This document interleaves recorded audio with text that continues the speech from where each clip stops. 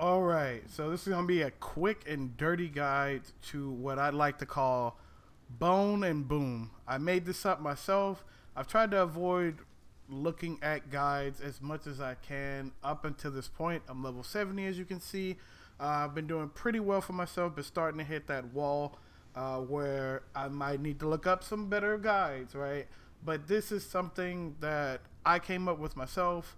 It's been hodgepodge together. However, it's been pushing really well, and I've been really fortunate on a couple key item drop pieces, right? And I won't lie to you when I say this is starved for uniques, hence why it's hard to build for, and it's been really hard to kind of piece together after hours and hours of testing. It's really well. I'm playing on T4 pretty comfortably. Only suppressor enemies really get on my nerves, and even then, if you kite them over a body and then you do the necessary things, you can navigate pretty well. Just takes a little bit of skill, and I know sometimes that's pretty hard, but you'll get used to it. It's okay. This game is just inevitably harder because of some of the stuff that has been included versus what was in D3 or 2. So most people try and go over aspects and all this other stuff first. I want to go over equipment because I do want to stress how much dependent this is on the equipment. Down there, don't worry about that. That's the build that I'm going to be trying out next. So I wanted to get this down kind of sort of on pen and paper. So in case I need to come back to this build, not only can you try it out for yourself, but then I don't have to make this large spreadsheet. I can go back and watch my own video. That's primarily what this is for. But if you find it helpful, of course, follow. I'll be trying to put out more build guides when I can. But for now, let's start with the first unique that you need to drop. And I got a couple of them to drop pretty early. It's getting them to roll with higher echo damage, and that's going to be the helmet, right? Don't worry about the stats, at least right now. I haven't min-maxed any of them. I've gotten a couple that's pretty good. I've gotten a couple that's pretty bad, very mid, but this is kind of in the middle. The key aspect is the bone spear leaving behind those echoes. If you can get them to stack up against a wall and shoot them pretty far, you get a lot of those echoes stacked up, and that does massive damage all on its own, even without the bone spear. Of course, the bone spear hits hard. The entire build is pretty much geared towards that and corpse explosion, but this is quintessential for sure.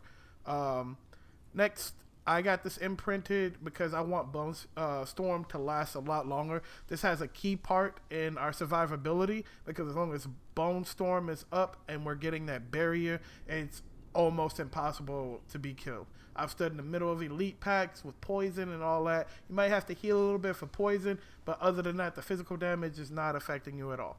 The second unique that you need are these gloves that make corpse explosion turn into skeletons that run towards enemies and then pop. And then on top of that, it comes with corpse skill attack speed, which is really important more or less for corpse tendrils, which feels like it takes forever and a day without something speeding that attack up. Not so much the corpse explosions, because they go off immediately and the skeletons run really fast already, so not a big problem at all.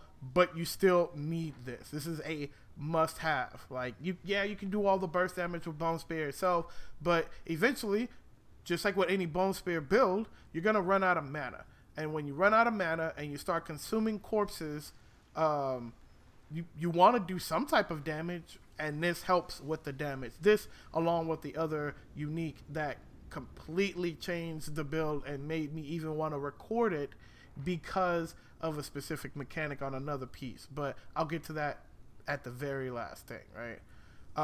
Pants for survivability. It seems like pants are the new slot for survivability instead of chests. Take that with a grain of salt. I have a couple 100 hours in already, but pants just look like the way to go for your survivability.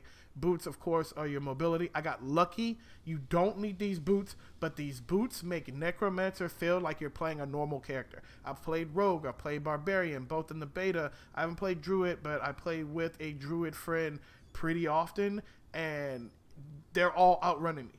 But with these boots on, not only does it give us some, CC, because I've had bosses just stand behind me and freeze, and then we get big burst damage, right? But this makes the class not feel sluggish and slow. The movement speed is, well, it's beautiful.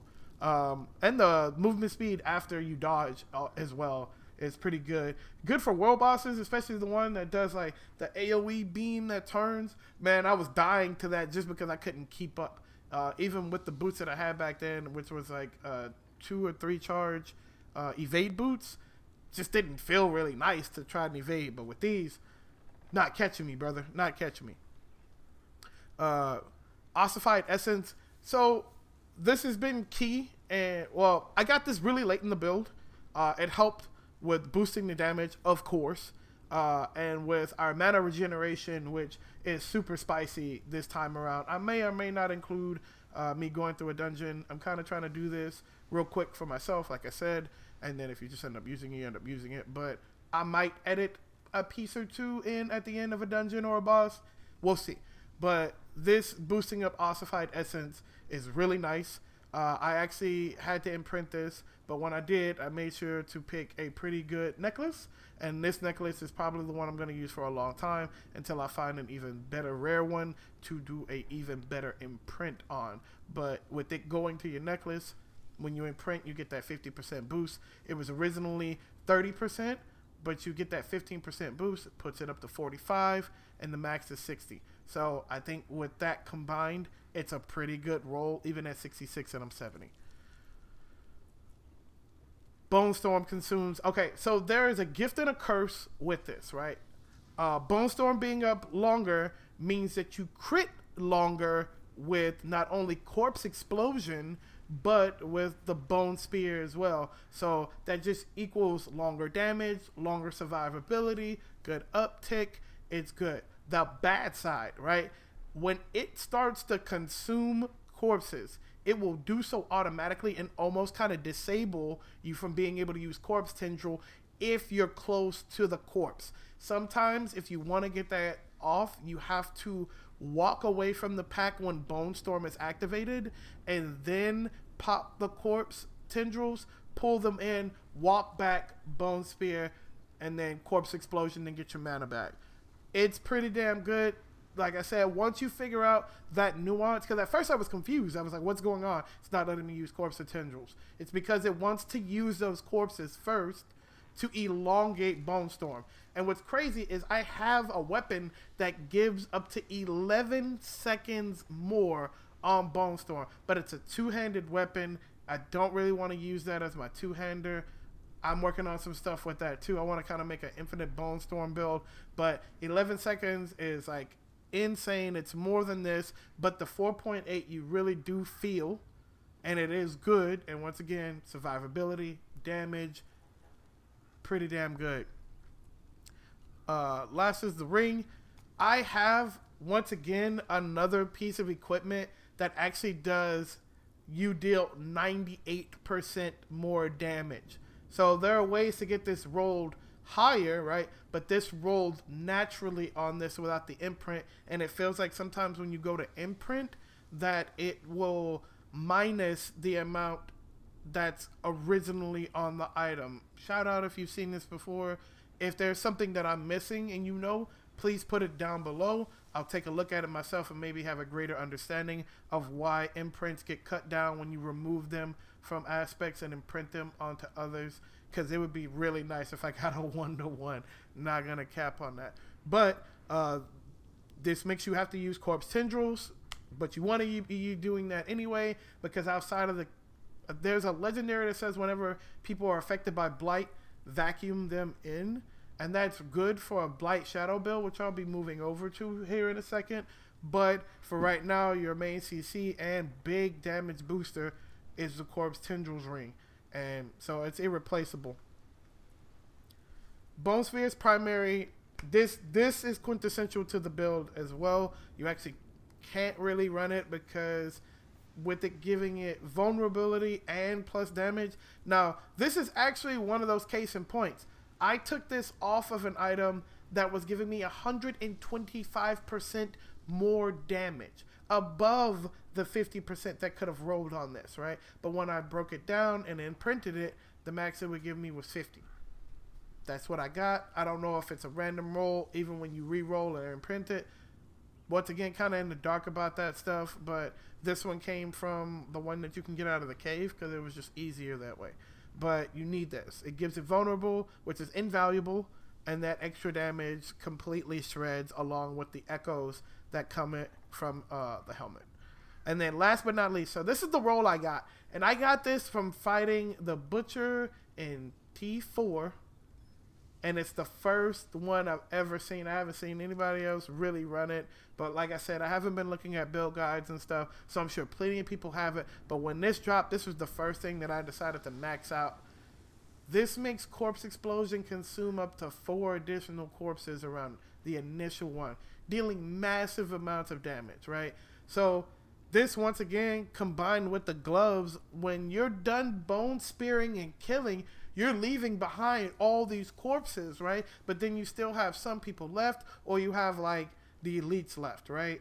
You have the elites left, and then they've probably taken half damage, if not died. And then this is when you corpse tendril and then pop all the bodies around the boss or the elite.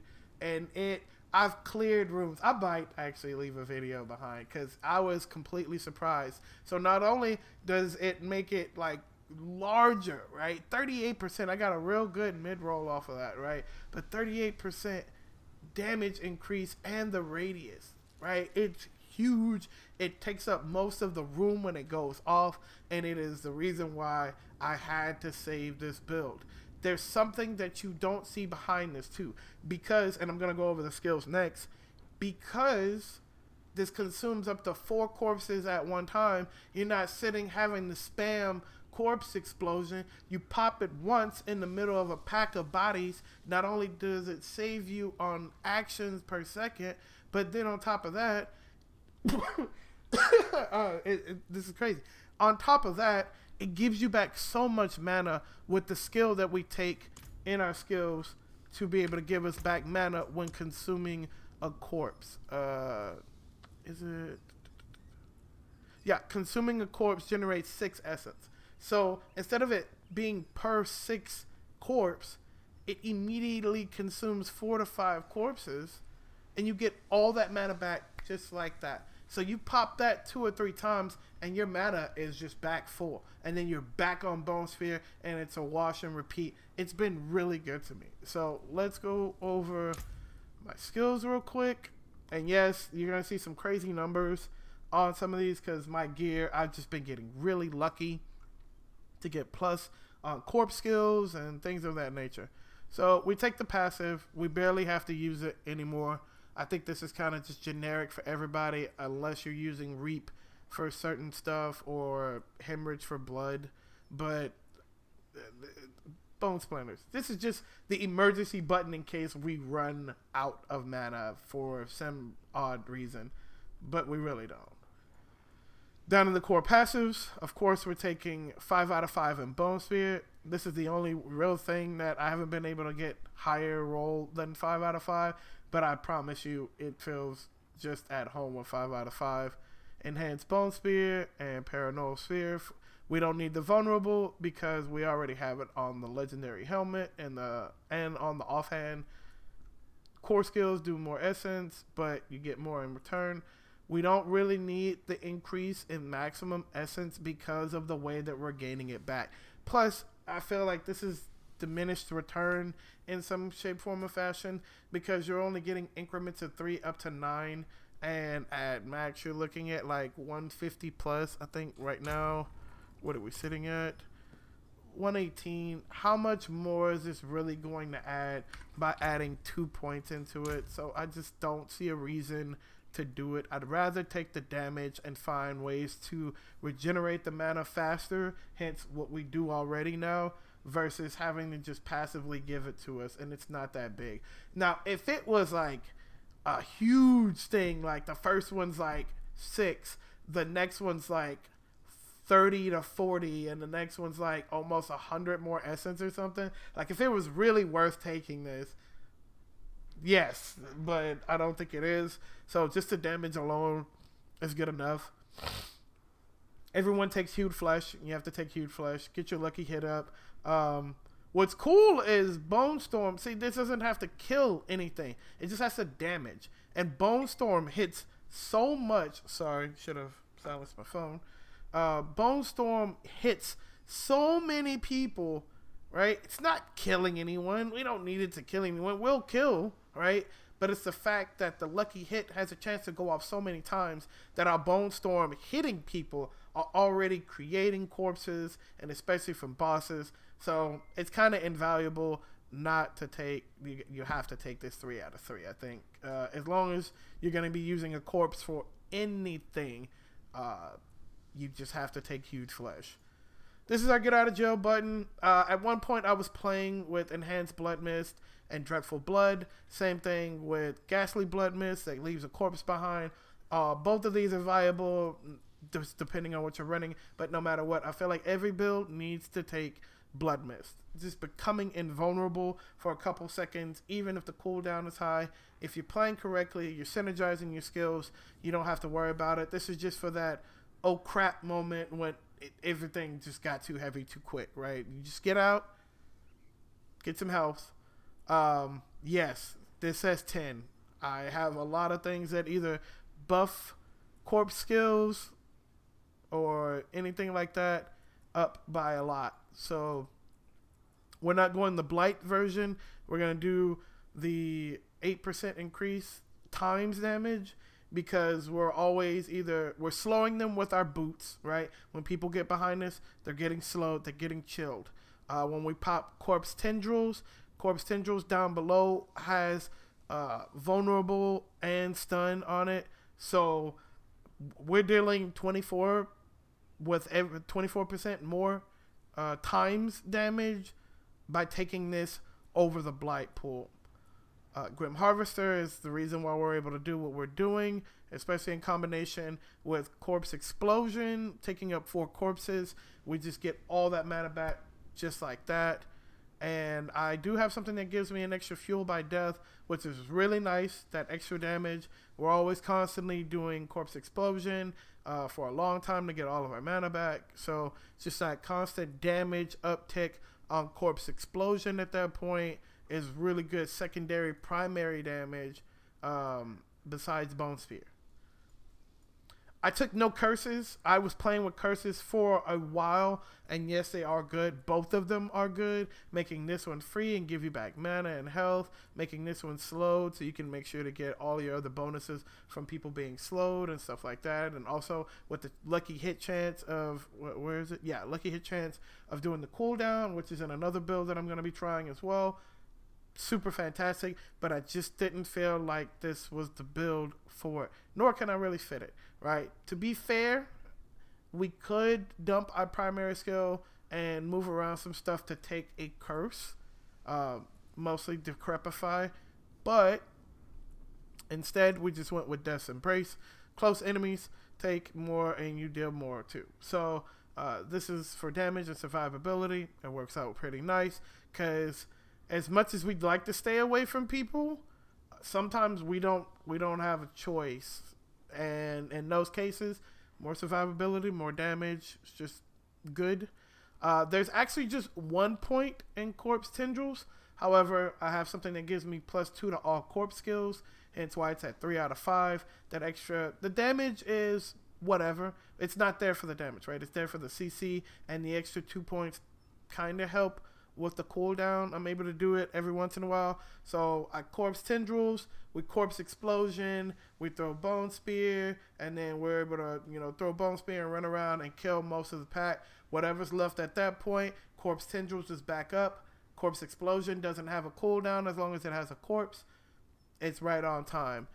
We went with the slowed by 50% because it gives us a damage buff, and then vulnerable as well, which once again will all translate into more damage, and the CC is super nice. Necrotic Carapace. When a corpse is formed from your skills, get that fortified. This helps at all times. Remember Bone Storm? Bone Storm is already giving us barrier. It's damaging people. We're having lucky hit go off and create a corpse. We're making corpses, all that other good jazz. So of course, we're getting the fortify.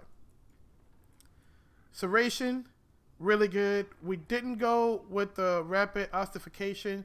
I don't really feel like the cooldown on Bone Storm is all that necessary on this build, especially since we're going with that and we have the emergency button and Blood Mist.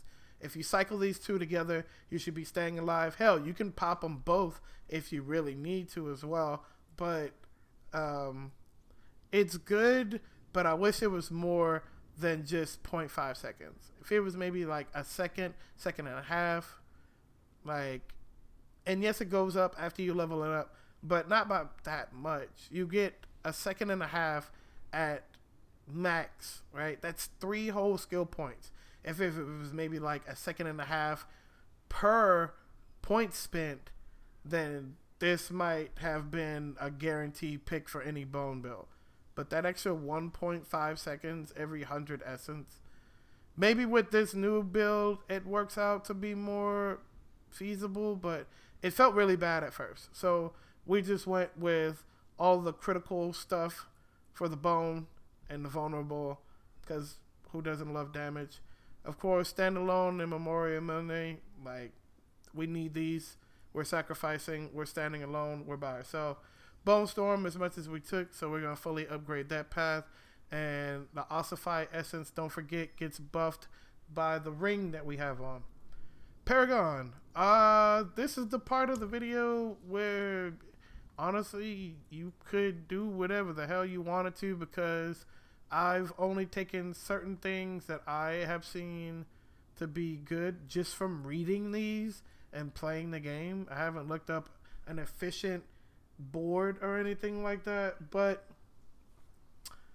yeah, the glyph I went with was the vulnerable exploit glyph, and then we came up here to the board attachment with Scent of Death. I've seen or I've heard that people are taking this as the last one, but I really wanted that damage mitigation early because I felt really squishy for a long time. I was playing, tier 60 and stuff before I was supposed to, and of course you're gonna feel squishy when you're under leveled, but we all know as veteran, if you've played Diablo for a long time, if you have the proper gear, you can play way above your level anyway.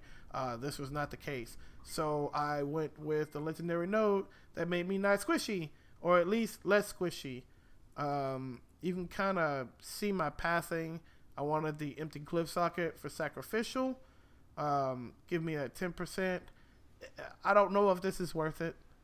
I wouldn't even say take it, to be honest with you. And I just got to the other board where I want Flesh Eater. I think Flesh Eater should have been the second board to take, and then this damage mitigation board, or maybe even something else in general. But yeah, this is kind of the end. You can kind of look over this for pathing and what I did.